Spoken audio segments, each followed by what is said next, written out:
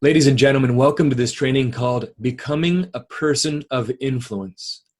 My name is Jason Hunt, and I'm super excited to be able to have you here today and excited to be able to share with you some important principles about leadership and how we can intentionally grow and use our influence to make a positive impact on those around us.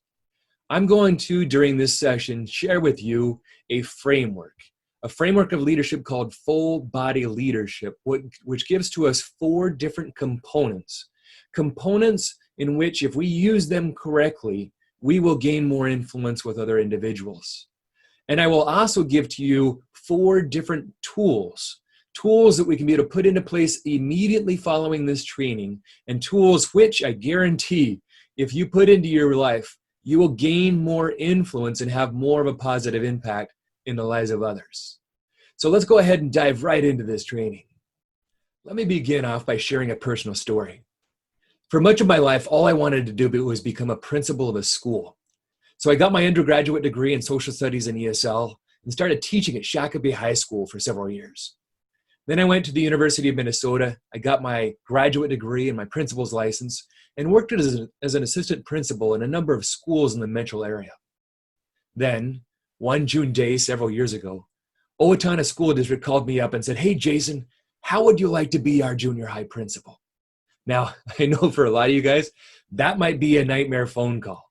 But for me, it was a dream. So I said yes. I hung up the phone. I ran over to my wife and kids. We did the happy dance together, and we moved from Shakopee to Owatonna. Now, that first year, everything was beautiful. People were nice to me. They did what I asked them to do. They invited me to different social events. I mean, it was everything I imagined leadership to be, and I was just super, super happy. And then year 2 hit. And in year 2, I found myself hiding in this portable classroom, middle of the school day, just freaking out. Why? Because I was working as hard as I possibly could, putting in long hours and doing everything possible, but yet not making the difference I wanted. In fact, I'd realized that our culture was quite toxic and no good results were coming out of our school.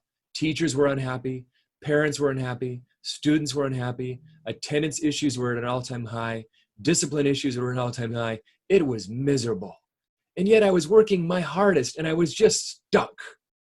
Have you ever been stuck before? I want you to think about the feelings you go through when you're stuck. If you think that you might feel frustrated, well, I certainly did. That you might feel like you just want to give up, certainly. Those feelings came across my mind many times. That you just are confused and anxious all of the time and perhaps maybe a little depressed once in a while? Yeah, certainly so. These are feelings that I was going through. I recognized that I had 2 choices to make. I could get up and leave the organization, and trust me, I really wanted to do that. But I've also got a wife and 4 kids. And so I needed health insurance and regular paycheck. It just wasn't an option for me. So the other option was to figure out what's going on and try to fix it. That's the route I chose. I started asking very tough questions of my staff and students and other parents and people that were around me. And they gave me a lot of great information, but not quite exactly what I needed. I knew that I needed to speak to the one person I really didn't want to speak to, the union president. You see, her and I don't get along very well at all. But I knew that she spoke the truth and that she had great influence with the staff. So I set up a meeting with her, and she just put this big grin on her face and grabbed me by the shoulders and put her arm around me and said, "Oh, Jason, you're so messed up. You've really got some great fallacies about leadership. You believe that leadership is about position."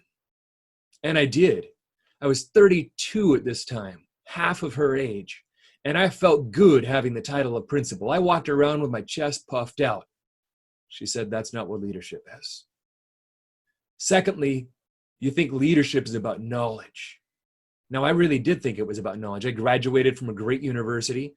I read all the time. I'm well studied. But she said, "That's not leadership." And it made sense to me, actually. In fact, I know a lot of university professors that are wicked smart, but can't lead a 13-year-old to a free lunch. So it's not knowledge. And the third myth she pointed out to me was the one that really hurt. She said leadership is not management. Now, I love management. I love to get things done and flow charts and systems. And I redid the student handbook and the parent handbook and the staff handbook and all these things. She goes, that's not what leadership is. So 3 strikes and I'm feeling like I'm out. And I turned to her and I said, what's going on? She said, Jason, it's like you're a locomotive going full steam ahead. Except you don't have any boxcars. And a locomotive without any boxcars is useless. Well, that really hurt. I have to be honest. In fact, I didn't sleep for the next several nights because I knew what she said was the truth. And therefore, I went on a very long personal journey to determine what could I do to become better at leading. And that's when I came across the book 21 Irrefutable Laws of Leadership by a guy named John Maxwell. Never heard of the guy before. But I learned later that he's written over 100 books on leadership. He's been doing this stuff for 40 years and ranked as a #1 leadership guru across the entire world several years in a row. And in chapter 2 of that book, it said leadership is influence, nothing more, nothing less. That to me just clicked. Why? Because I know social studies teachers that had more influence than I did as a principal. I know parishioners at churches that have more influence than the pastor does, and frontline workers that have more influence than their direct supervisor or manager, or perhaps even the CEO has in their organization. Leadership really is about influence. And that to me was eye-opening, and it set me on this pathway of learning and striving to understand what influence is and how we can use it. Here's some facts that I've learned about influence. Fact number 1. We are all influencing all the time. No matter who you are, you've got influence, and you're doing it day and night. People are watching you. Number 2, we can influence for the positive or for the negative. Did you know in 1938 Times Man of the Year was Adolf Hitler? Why? Because he had great influence, although it was for the negative, obviously. So we can choose to decide how we want to use our influence, for good or for bad. Truth number 3, our depth of influence is different with every person. I can go to my son and say, hey son, can you wash my car? And most likely he's going to. I've got great kids. Or I can go to our neighbor and say, hey neighbor, can you wash my car? And he's going to give me a really weird looking face. Why? Because my influence with my son is a lot greater than the influence that I have with my neighbor.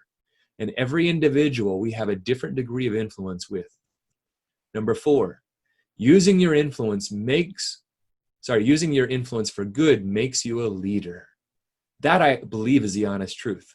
Leaders are not people by title, not by position. They're individuals that intentionally use their influence and intentionally grow their influence for the betterment of others. And number 5, the whole point of this course, you can grow your influence. That's right. You really can grow your leadership. Look, sometimes I'm asked the question, hey, Jason, are leaders born? And I tell them, absolutely, yes, leaders are born. I've never met an unborn leader. But we all start out at different places. And I truly do believe that with effort and intention, all of us can increase the amount of influence that we have and therefore increase our ability to lead other individuals. Now, there are thousands of books written about leadership. And you could study this material until you are 95 years old and almost dead.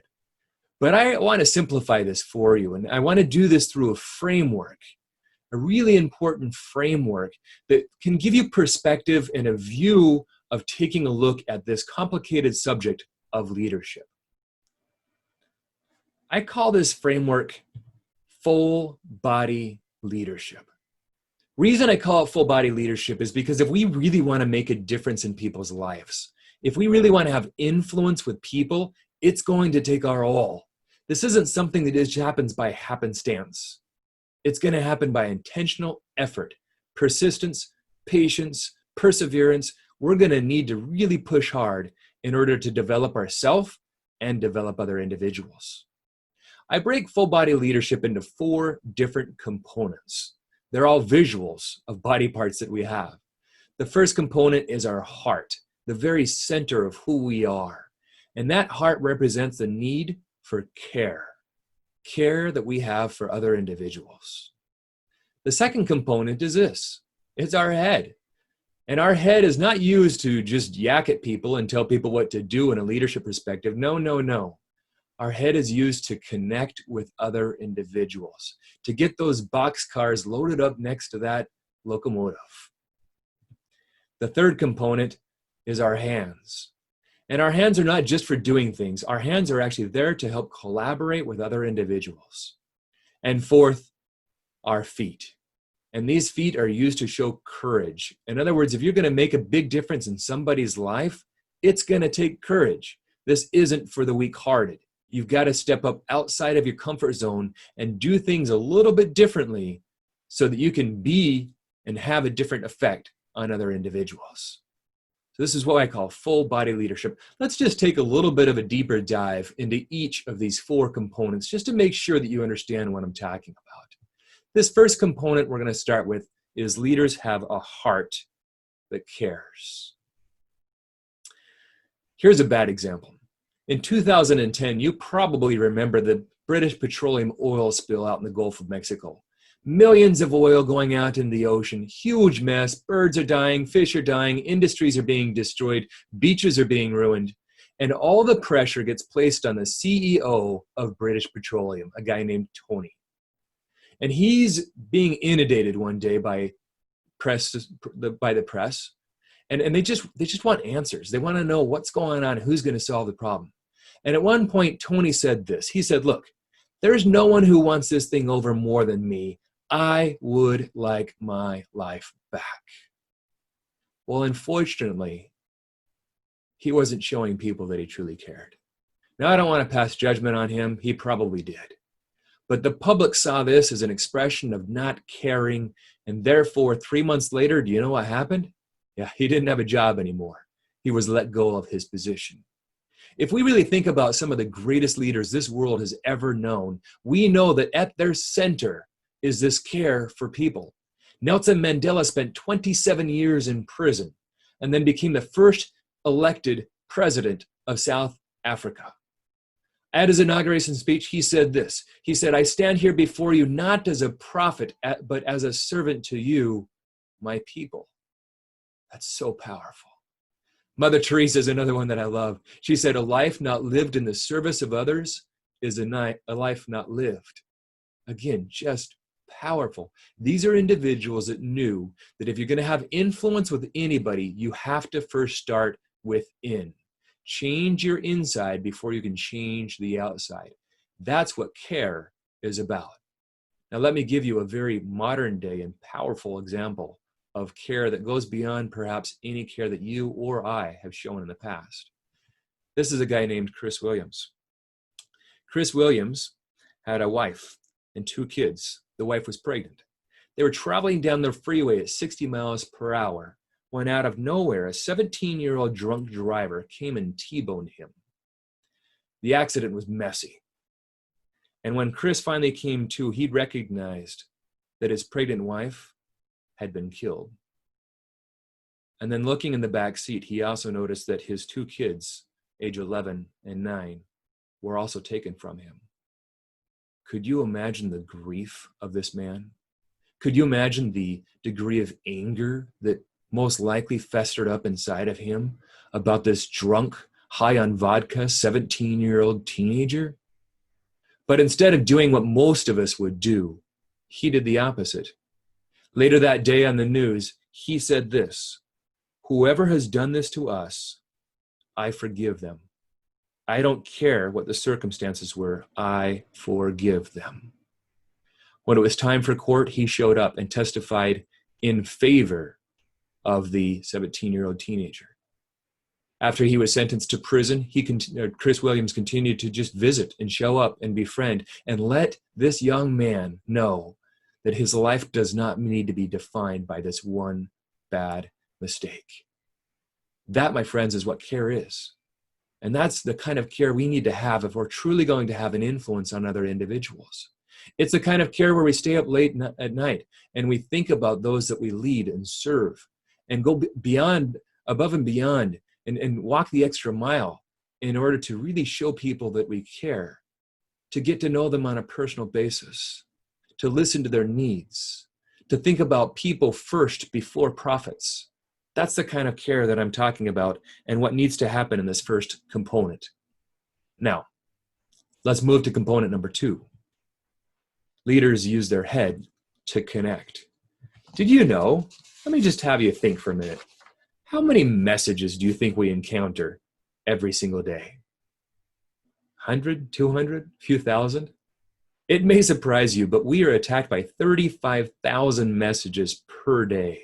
If you really look at the texts, the ads, the billboards, the TV, the radio, basically everything that comes across our site in a matter of 24 hours, you can count up 35,000 messages.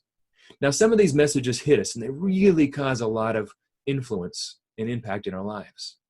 And other messages we don't even pay attention to. So what really makes the difference? The difference here is connection. It's the same thing that happens when we take a look at a couple of examples here. For example, a university professor whose two classes taught by university professors, same time of day, same course, same curriculum, different professors. One professor has students that come in and they're super excited. In fact, there's a waiting line to be able to get into his class. The other professor has an empty classroom. The difference, one can connect and one can't. Or let's take a look at an experience from a fast food restaurant. One manager asks his employees to stay late one day because there's a lot of work to get done. His employees, they agree to it and they stay late. The very next day, with the same employees but different manager, asked the same question. Hey, can you stay late to finish some things up? And these employees took off. The difference? Connection. Or better yet, let's take a look at my personal life. Life between me and my wife. And I've got a teenage son that loves to wear his shoes in the house. And I ask over and over and over again, take your shoes off. Don't walk on the carpet with your shoes. And he keeps them on. My wife asks him once and he takes his shoes off. What's the difference? It's all about connection. Simply that. Here's the issue I had to go through. What I call a leader shift. You see, I believe that leadership was about directing people, telling people what to do. And the shift I had to make in my thinking was to recognize that leadership is not directing, it is connecting with people. And I'm not just talking about any sort of connection. In fact, I believe that there are 3 different degrees of connection. This first degree of connection is what I call superficial. It's basically that conversation that you have with pretty much anybody about the weather or about sports. And we live in Minnesota, so we've got a lot to talk about in this category. But if you recognize that the only thing you talk about with a certain person is sports or the weather, you probably have a superficial relationship with this individual. The next degree of connection goes a little bit deeper, and I call this the business connection. That is when you get together on happy hour or you have a party or you've got some individual one-on-one time with a certain person. And the only thing you talk about is business. This is the level you're at. Not a bad level to be in. In fact, most of us are in this level with a lot of our colleagues. But it's not the level where you can impact the most. It's not the level where you have the greatest degree of influence. That level happens on the personal level, where we get to know their dreams, their desires, what they cry about, what they really want out of their life, what's really going on well in their life. You know, those kinds of things. When we really get down to the personal level of their needs, desires, interests, and wants, that's when we can be able to build a strong connection with this person and have a great degree of influence. So that's our second component. Now, let's take a look at component number 3. Component number 3 says that we have hands to collaborate. How many of you out there just love to get things done? I'm just like you, I believe. I love to-do lists. In fact, I get up in the morning time and I write out a to-do list, and I might even, just tell me if you're this way, I might even write down a couple of things that I've already done just to get the satisfaction of crossing those things off my list. Man, it feels good. And so I'm a great doer. In fact, it's probably one of the main reasons why I continue to get promoted in leadership.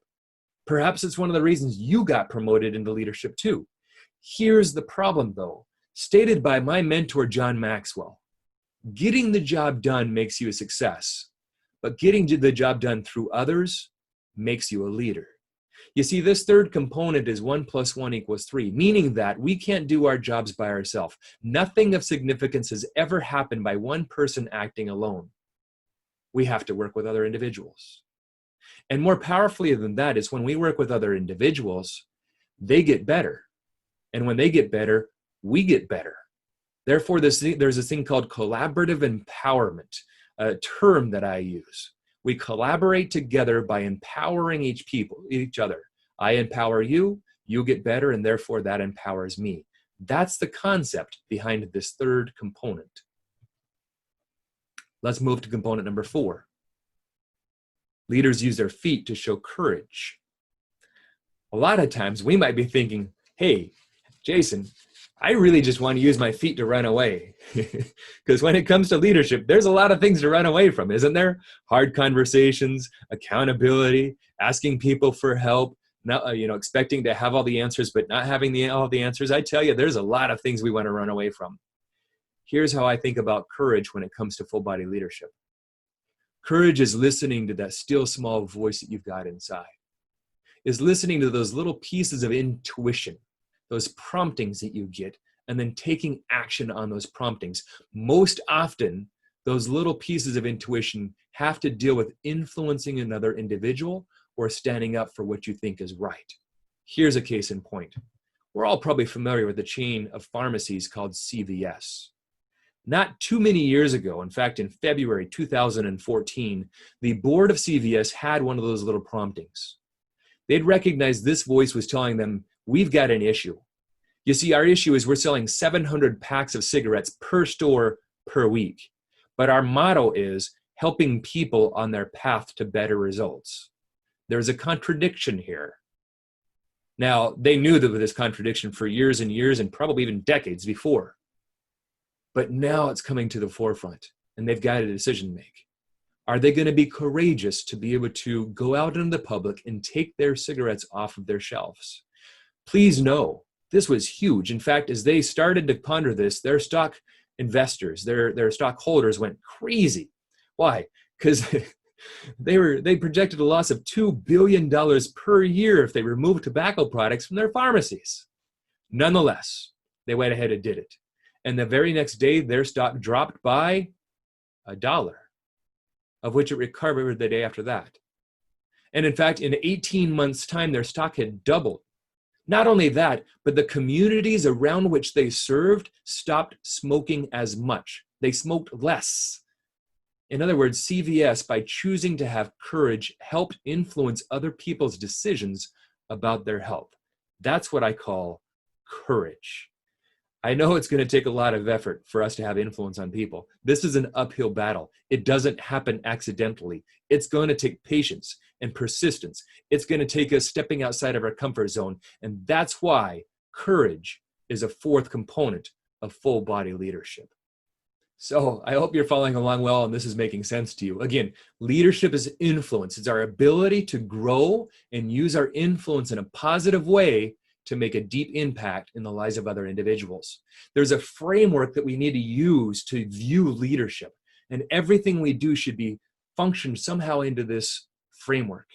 And that framework is full body leadership, using our heart to show care, unconditional care, using our head to make individual and personal connections with other individuals, using our hands to not just get the work done, but to actually empower other individuals through collaborative empowerment, and using our feet to show courage. Heart, head, hands, and feet. Now, let me give to you some tools. Normally what I do with organizations, we'll go a little bit deeper into each of those 4 components of the framework. And then I've got something like 50 tools that, practical, relevant ideas that we can put into place to help us grow in each one of these 4 components. Today, I want to share with you 4 of those tools. So let's get ready and dive into each of these tools. Here's tool number 1. It's a tool I call give a crap. Not too long ago, A young woman who's a college student at St. Olaf University sent me a text. She said, Bishop Hunt, and I'm the bishop of the church that she goes to, Bishop Hunt, I'm not coming to church anymore. I've been going there for 2 years, and nobody's really reached out to connect with me. I just don't feel like I belong. I don't feel connected. Therefore, I'm not coming. Please do not reach out to me again. My response, crap. Why? Because I knew there was a whole lot we could have done to really help her belong. In fact, what came to my mind was Maslow's hierarchy of needs. And if you recall, when you've studied this, once we get our basic needs met, housing, food, safety, our next need is a sense of belonging. We need to feel that we belong. Unfortunately, she didn't. And unfortunately, in our organizations across America, a lot of people don't. In fact, according to a Gallup poll, 79% of people who leave an organization say they leave because they don't feel like they belong. They don't feel appreciated. That, to me, ladies and gentlemen, is just unreasonable. We can't let that continue to go on. So what can we do? We can give a crap about the people that we serve. What does that mean, crap? It's an acronym, okay? So CRAP stands for this: celebration, recognition, appreciation, and praise. Again, celebrate, recognize, appreciate, and praise. These are the 4 things that we should constantly be doing with all those around us. It's the perfect way of getting in and making a difference with people. The problem is we just don't give a crap. In fact, according to that same Gallup poll, 65% of the people currently working in their jobs say that they've received 0 appreciation in the last 12 months. Why? Because it's hard to give a crap. In fact, most of us just don't give a crap because it's a lot easier to do that. We'll take the pathway of least resistance. We get bogged down with a whole bunch of other things that make us busy instead of focusing on those things that are most important, giving a crap to our people. Now, when we do this, let's make sure that it's sincere, that it's timely, that it's specific, that it's personal, and future-focused. But most importantly, let's make sure that we schedule this into our calendar. In other words, purposely take some time to do this. When I was a junior high principal going through my reformation, I scheduled what I call an AA meeting. And no, it wasn't that I was an alcoholic, but I did do it on a weekly basis. And it stands for the appreciation appointment. 1 hour every Friday, strictly dedicated to giving a crap to people. Writing notes, buying gift cards, getting out of the gifts, going and shopping and staying high, whatever it took. That was my hour, which I did not move to make a difference in people's lives through this first tool, give a crap. Tool number 2, permit the pause. I'd like you to ask yourself this question. How many really good leaders do you know?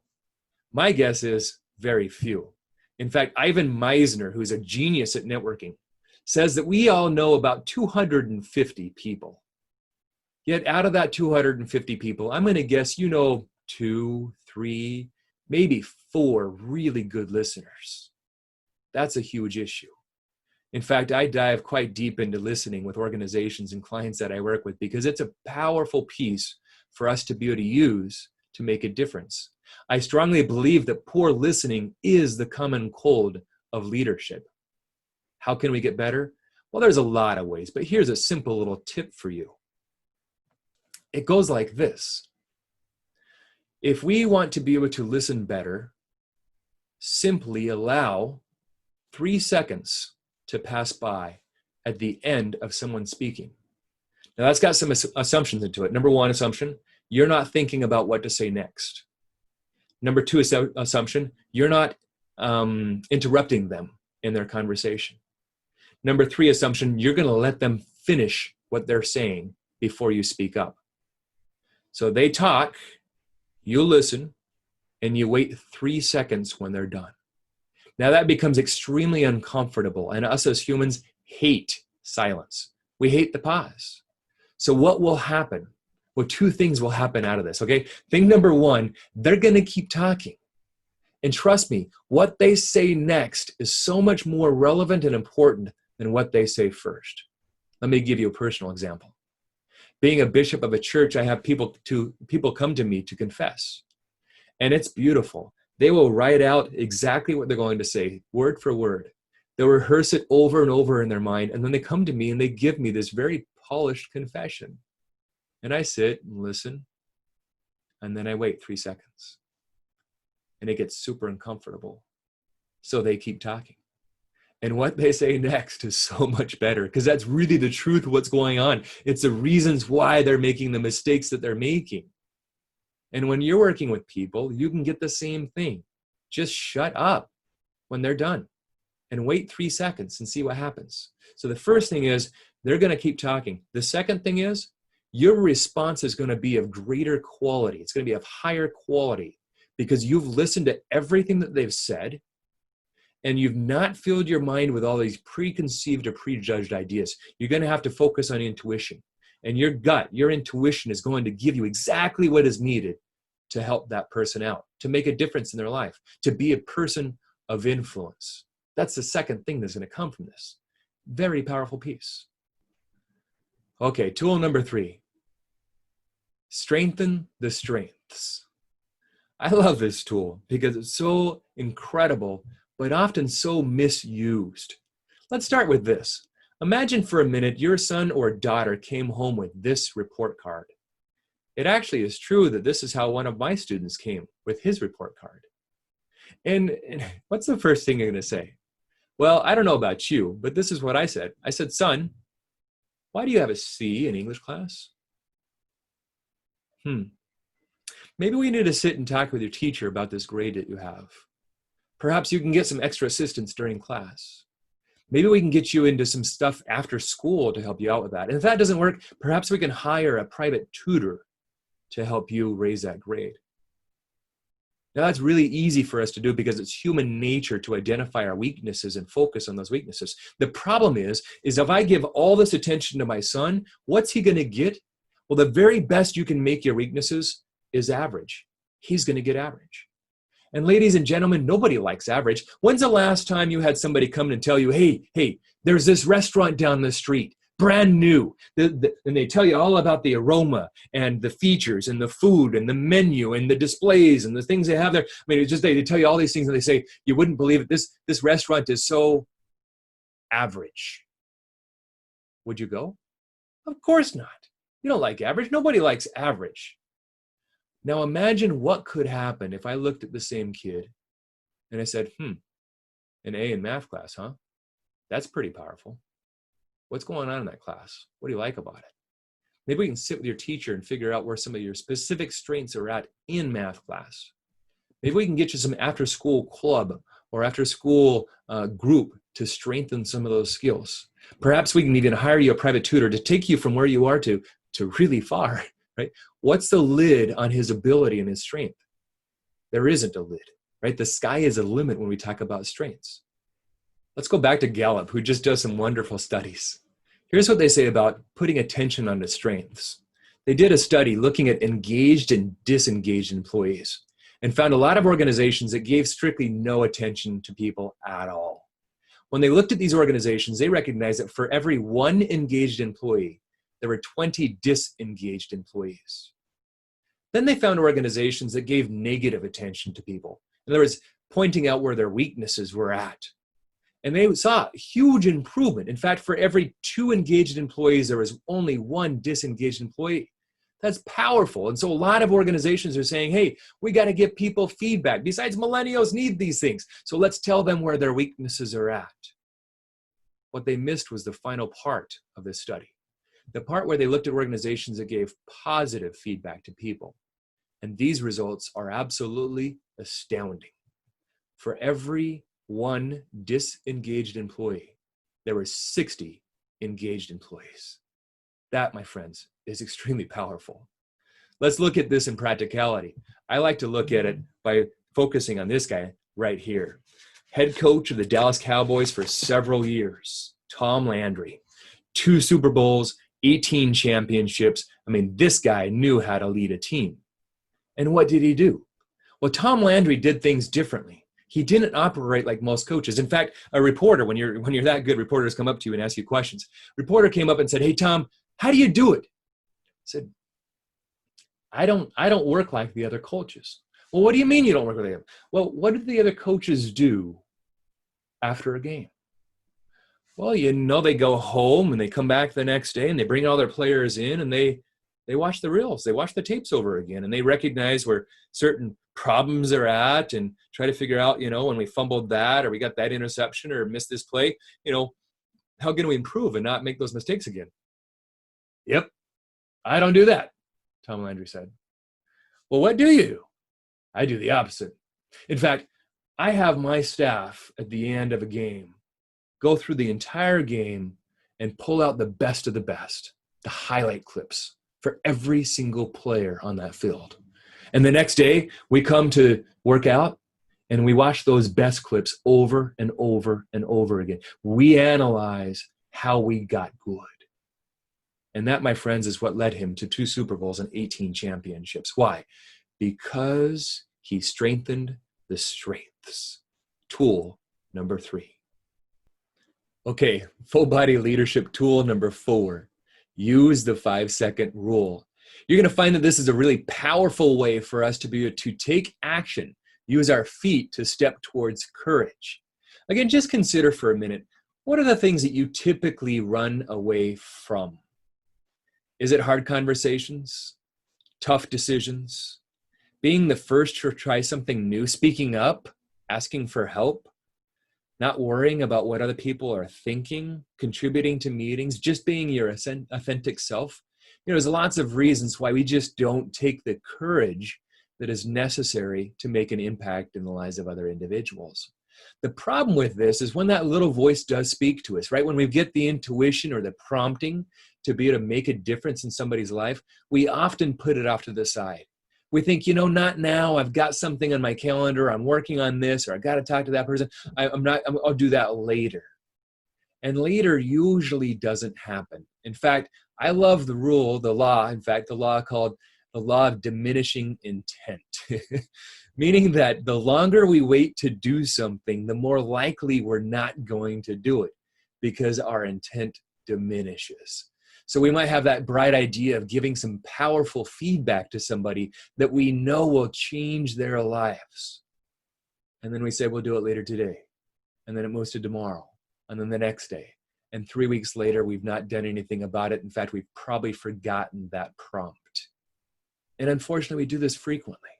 So let's change that. Let's change that by using the 5-second rule. This rule is not mine. It comes from Mel Robbins. Mel Robbins was having a life that was just disastrous.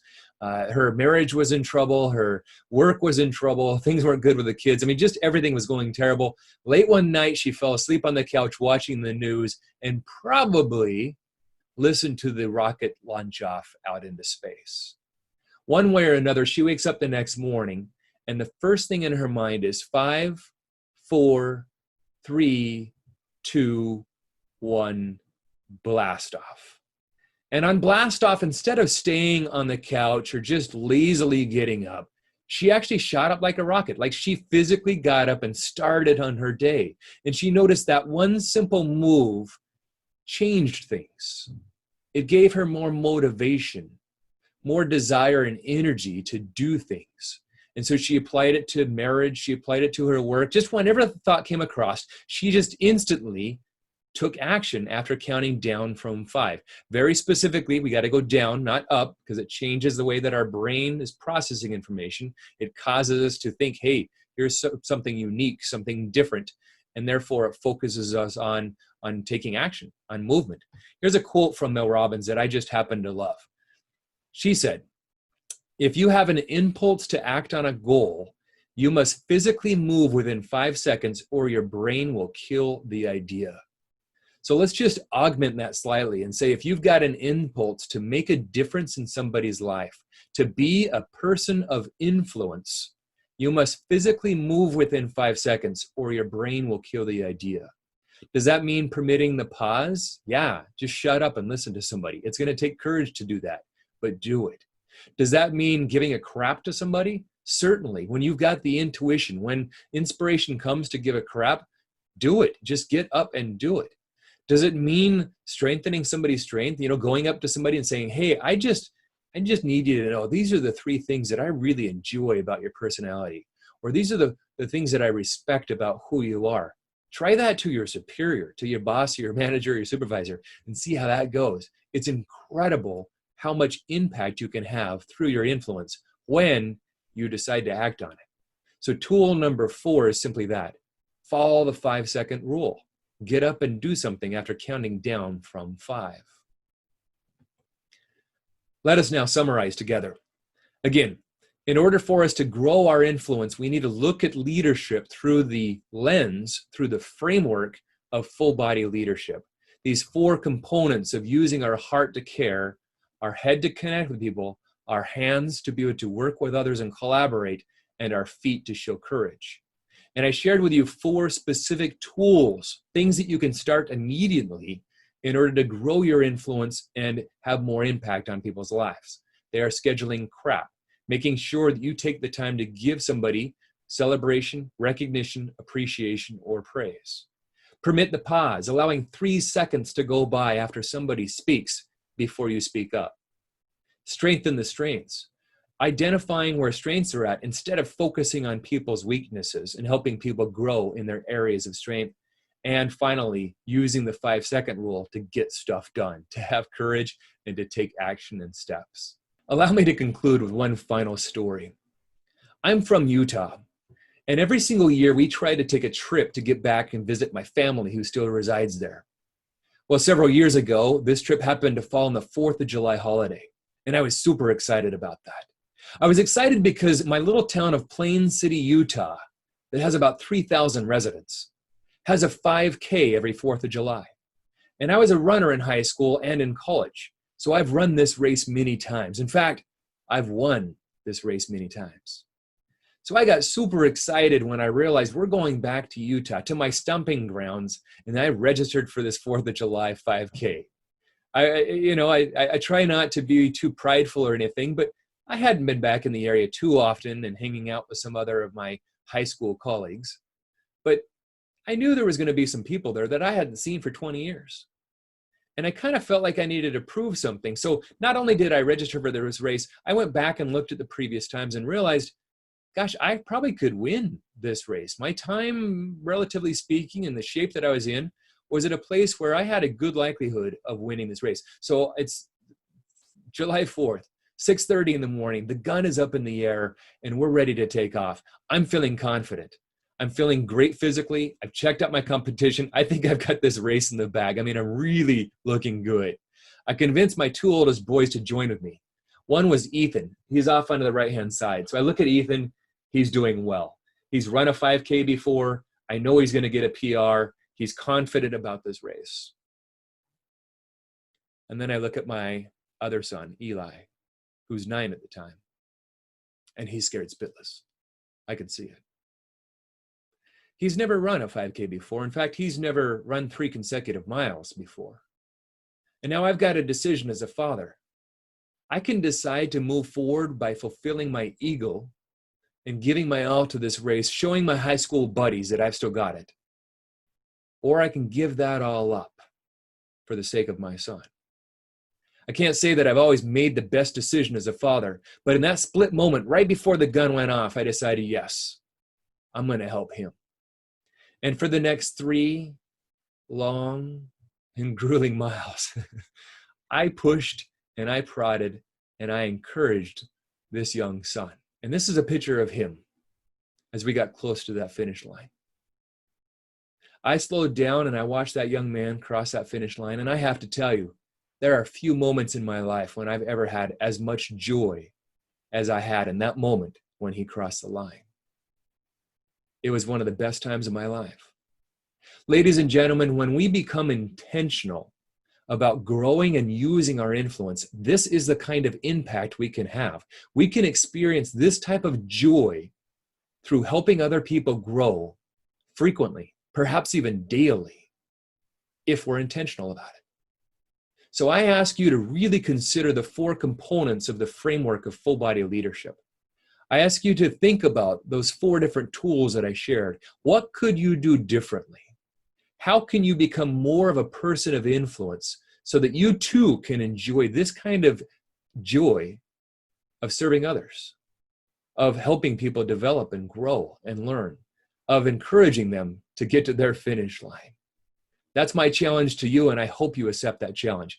Thank you for listening to this and taking the time out of your busy schedules to be able to focus on yourself and learn a few things about leadership and influence. Again, my name is Jason Hunt. You can notice here on the screen my phone number in case you'd like to reach out and talk about any training needs that you might have. You can also notice there's my email address. I'd be happy to respond to any questions, comments, or things that you might have on your mind about leadership in teams, leadership of others, or self-leadership, and how I might be able to respond. You also notice there's a book. I've written a book. I'm an author. And so if you'd like to check that out, go on to Amazon.com, search for my name and the title of the book, The Other Side. So Jason Hunt and The Other Side, and you'll be able to find my book there if you'd like to dive deeper into the idea of influencing people through 5 rules that I share in that book. Again, thank you, ladies and gentlemen, and I wish you the very best on your endeavor to become a person of influence.